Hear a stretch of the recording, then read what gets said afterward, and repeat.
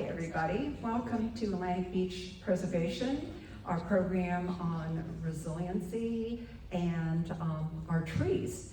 And those two things have been our major concerns and the cities.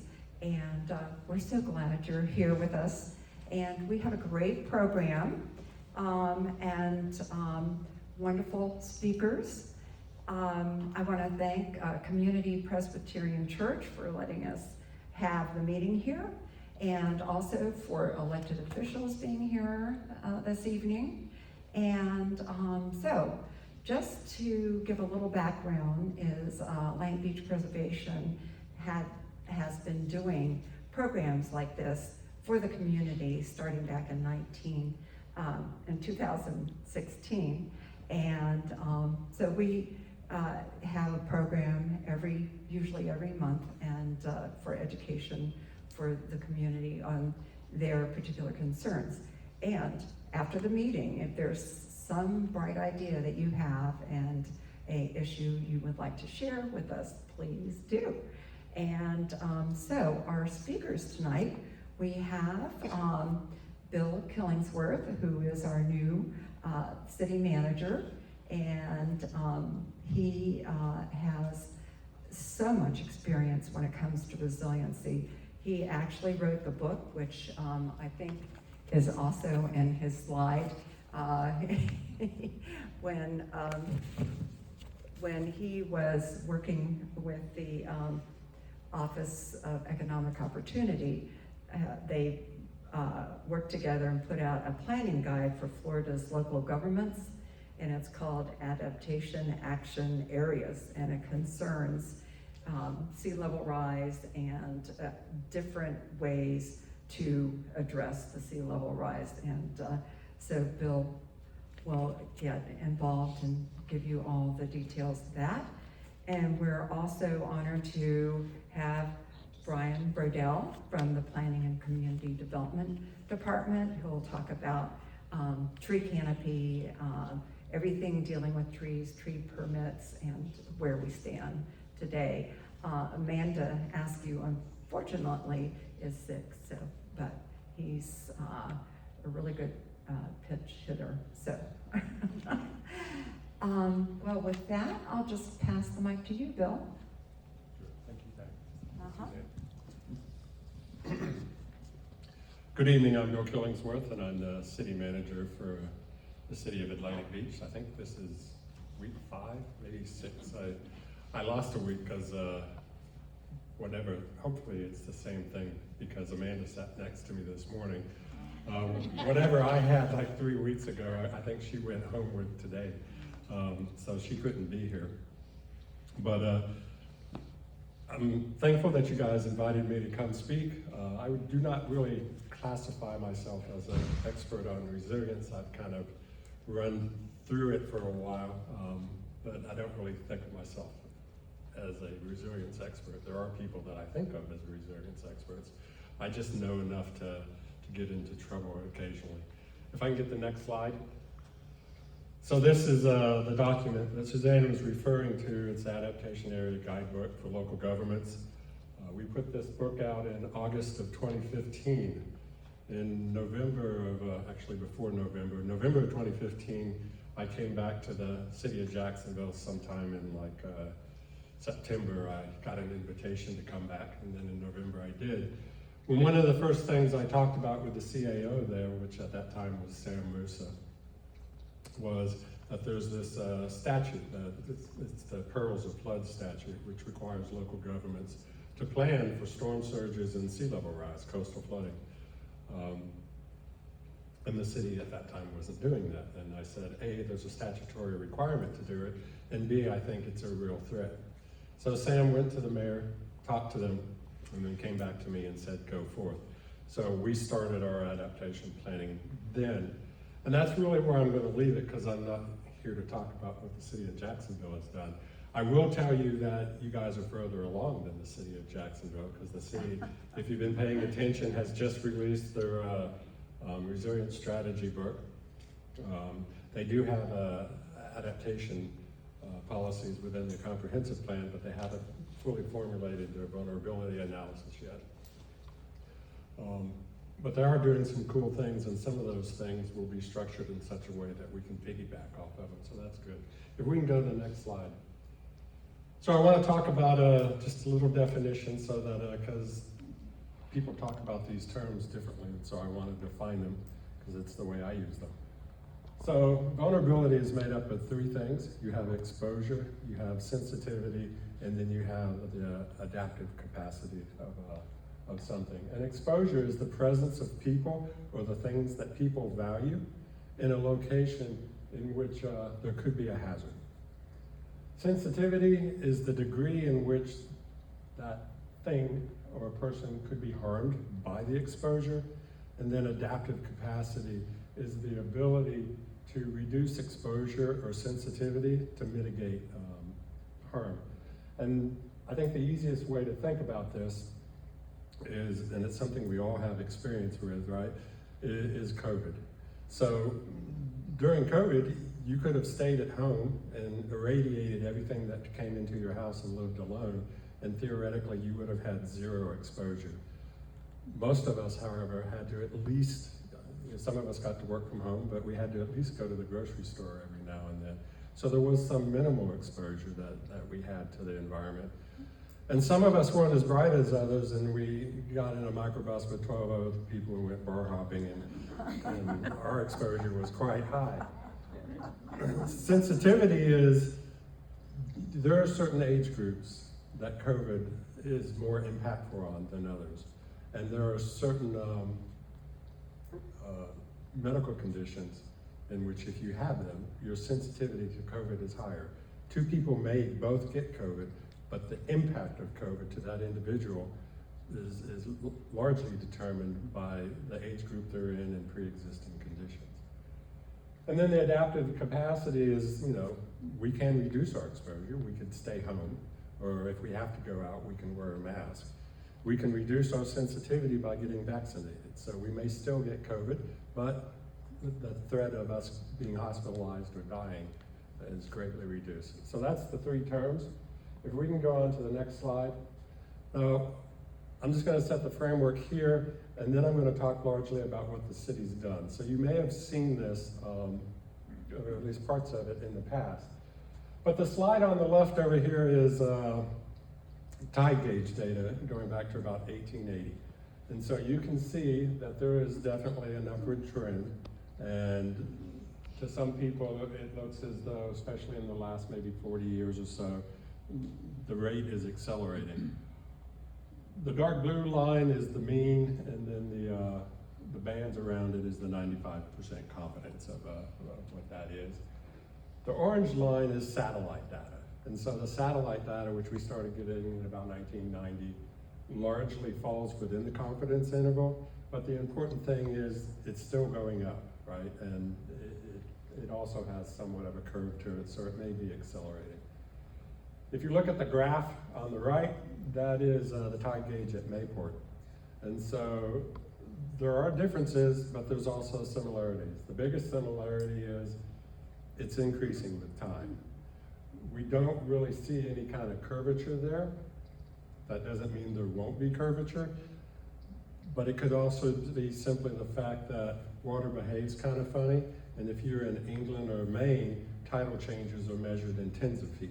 If you're here in Florida, they're typically measured in 1 or 2 feet. So it's just the way that water reacts on a spinning globe with another big body mass floating around us.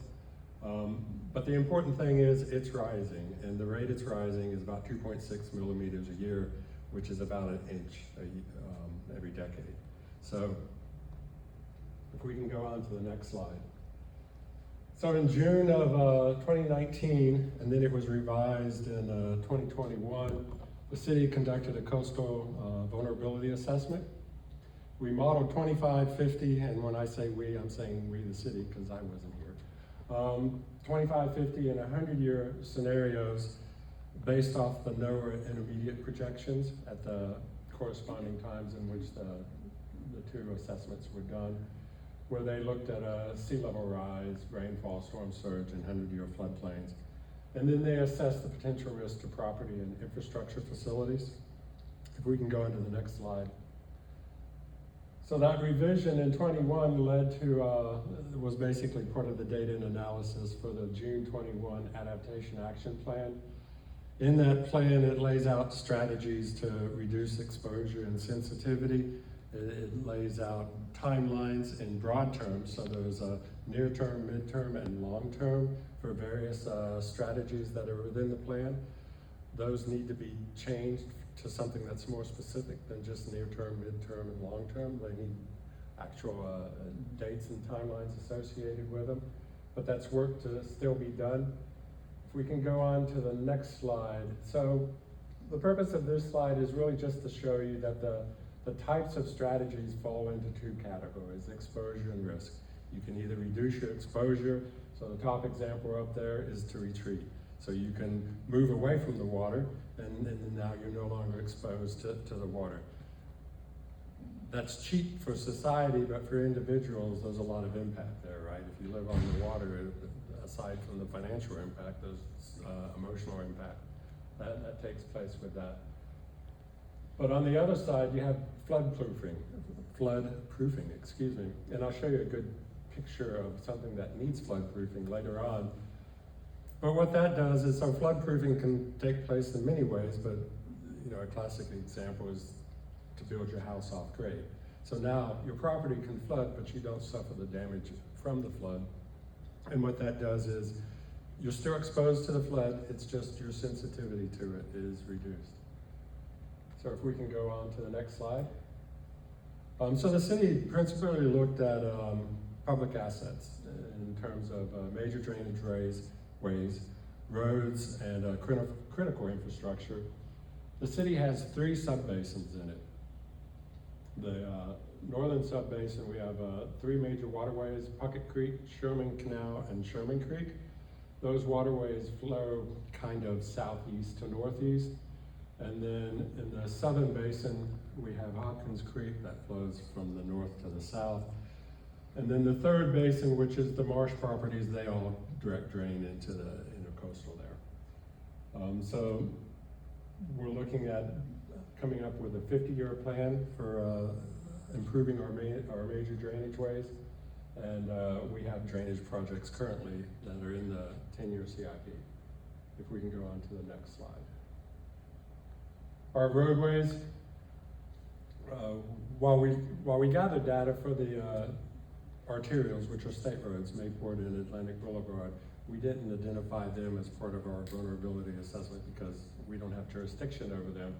But we did look at the collectors, which are those roads within the city that get people in and out of the city.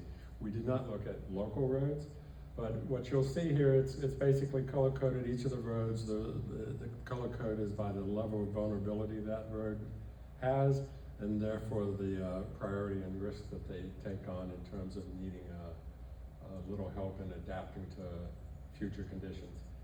We have shared the data with FDOT so that they can utilize it for Mayport and Atlantic Boulevard. If we can go on to the next slide. And then critical facilities, I skipped a piece that I wanted to talk about. I'll go back to it. Critical facilities, nope, go back. Thanks. So we're looking at the impacts to critical facilities, wastewater treatment plant, lift stations, things like that, City Hall. So this slide over here on the left with the lift station, if you can see, it's flooded. But the flood, what's important about that picture is the water is about 2 inches from the bottom of the electric cabinet. Had the water been 2 inches higher, we would have lost that lift station. So an easy way to reduce the sensitivity to it is to move the electric box up to the roof somewhere. So that will reduce its sensitivity. So we're looking at all the critical infrastructure for the city and have created strategies for that. And then let's go back, I think, 3 slides. And it's not super important, but it's there, so I just wanted to put it in. One more. There we go. So I cribbed that because this was an existing slide from another presentation, and I didn't catch it and didn't change it. So if you change sensitivity where it says vulnerability and put vulnerability where it says climate risk, Visually, you can kind of see that if you pull exposure or sensitivity away from the hazard, the risk just gets smaller, right? The vulnerability gets smaller. And that was all I really wanted to say to that. So if we can move forward up until I think we're at the conclusion. So the adaptation plan has strategies, policy. We have to develop a good outreach and education program because we need strong buy-in. We're working on updating our land development regulations. That's something that's ongoing right now. Because of the long lead times and cost involved, we need a long-range infrastructure plan. We've kind of started that by adopting a 10-year plan in order to reduce the error, because data is better. Each progressive year we get better data.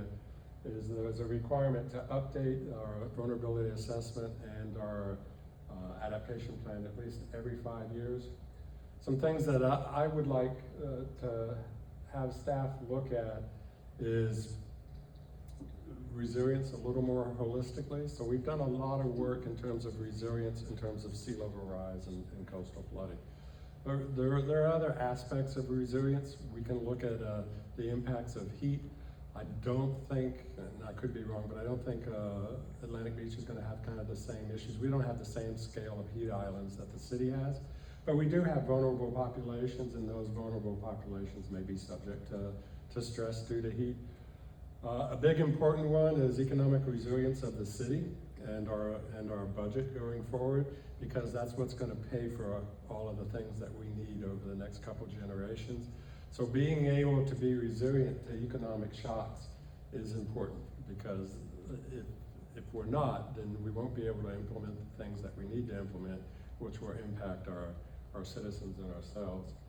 And then the last one that I really want to make sure we're looking at, and we are, I've talked with Ron, who's our IT lead, but I want to make sure that we're really staying on the ball of it.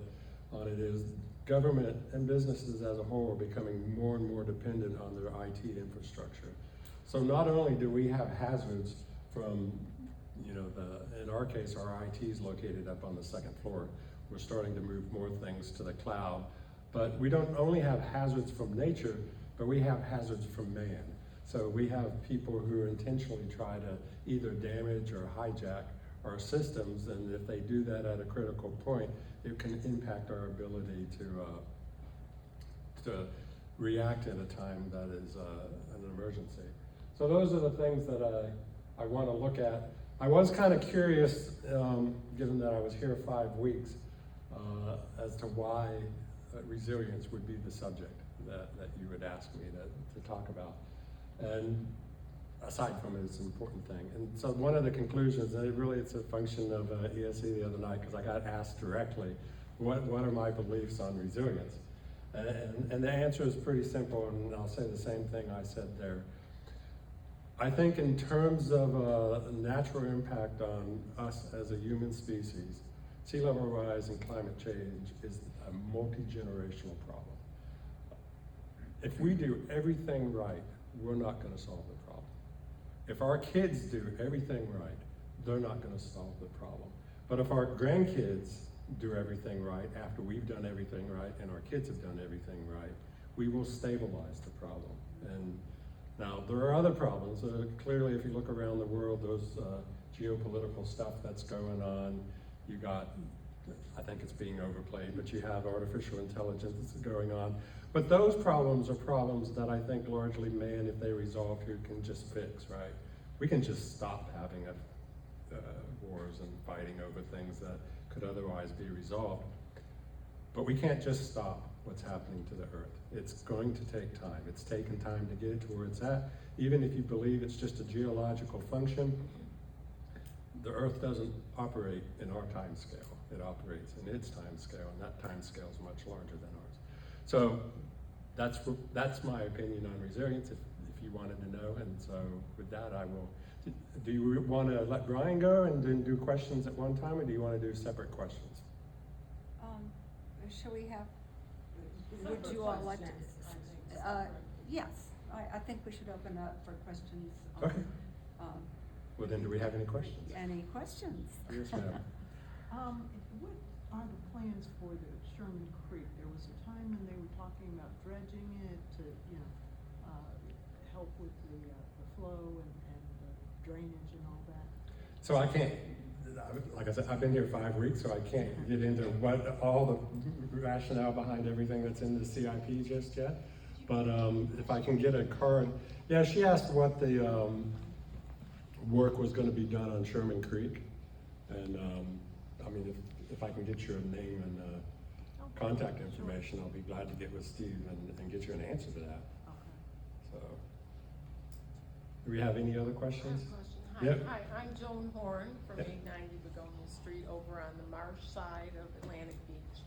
And I contacted Bill earlier because I didn't want to just drop some questions on him. I wanted some really good answers.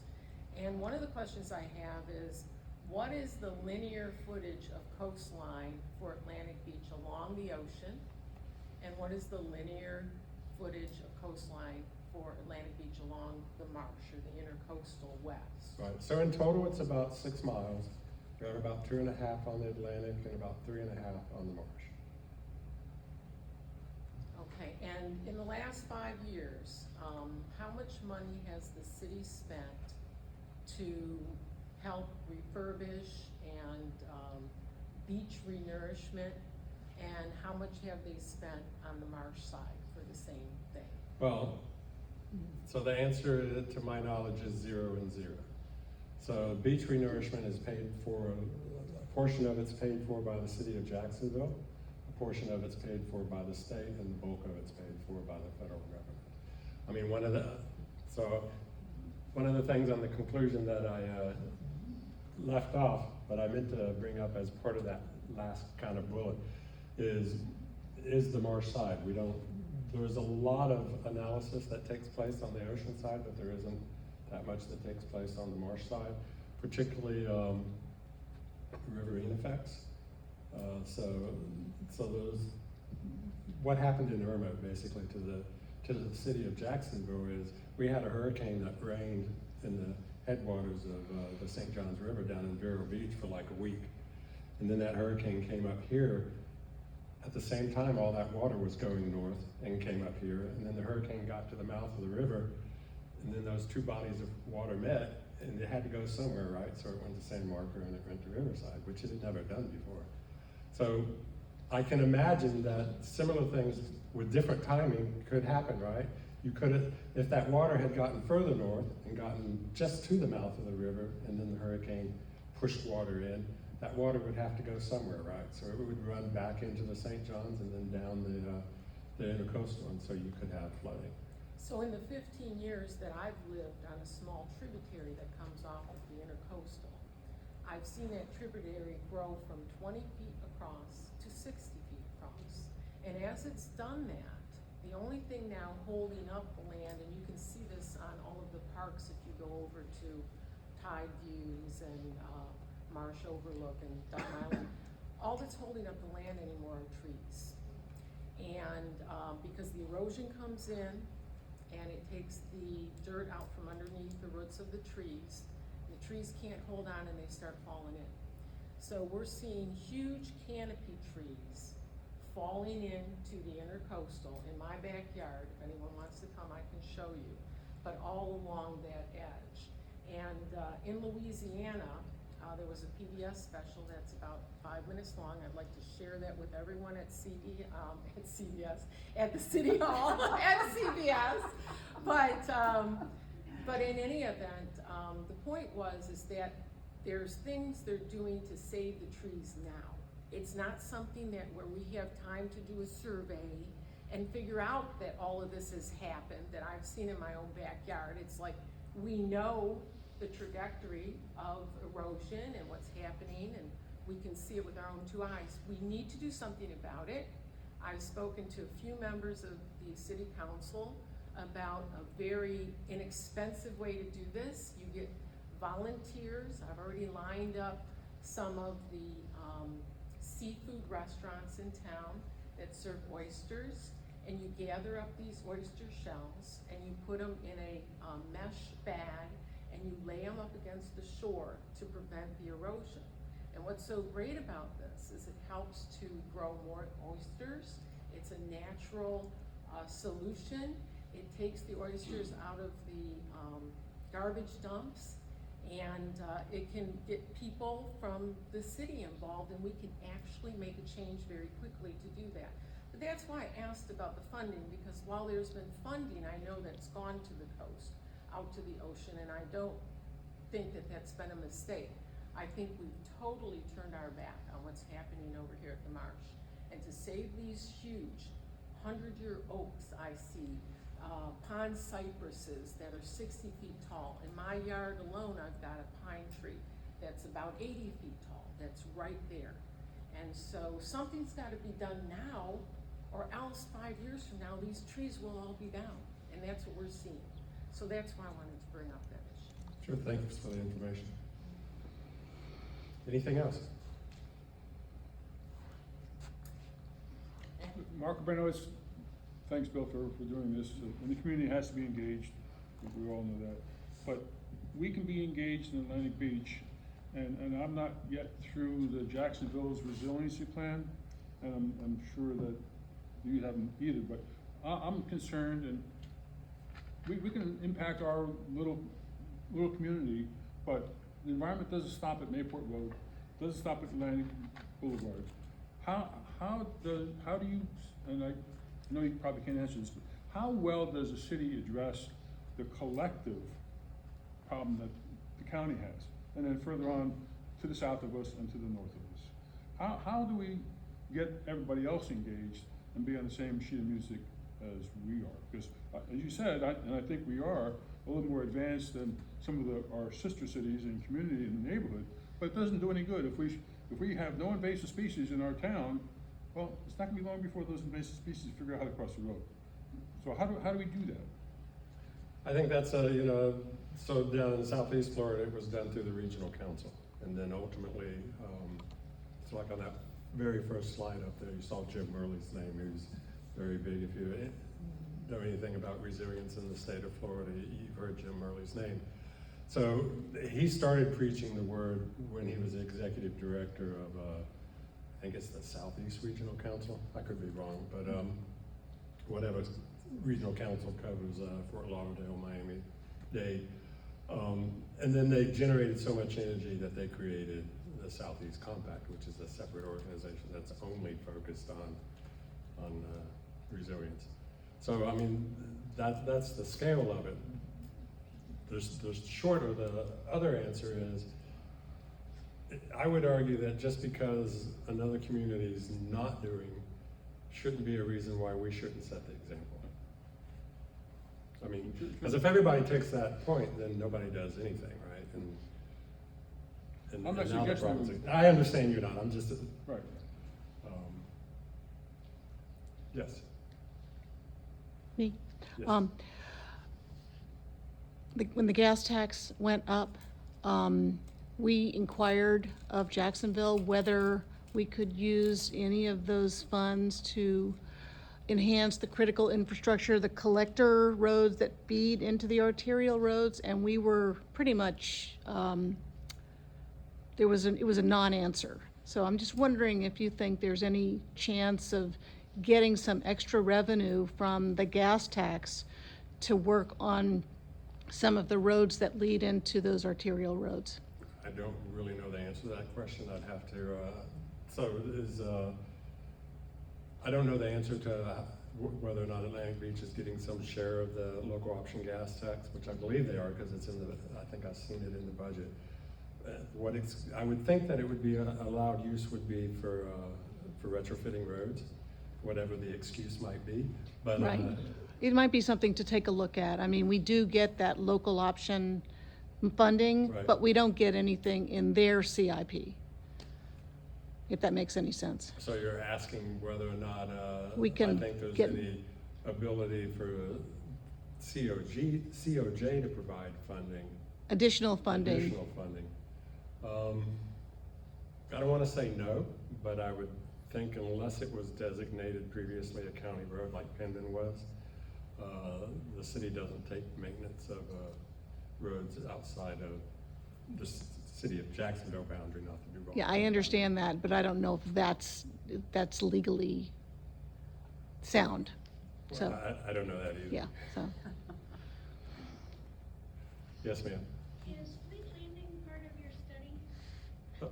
Fleet Landing is, so the vulnerability study included that area outside of Atlantic Beach that is served by Atlantic Beach Utilities. So to answer the question, Fleet Landing is served by Atlantic Beach Utilities, I believe. And so, and the garbage pickup is through us, I believe they're all incorporated.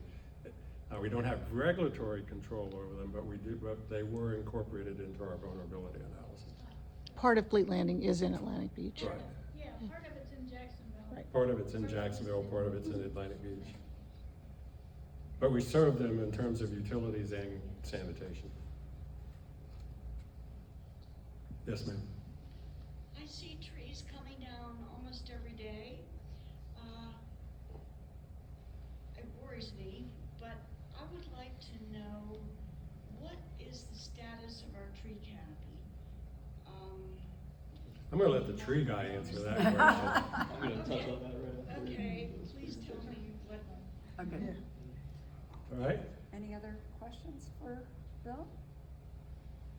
well, thank you very All much. right, thank you.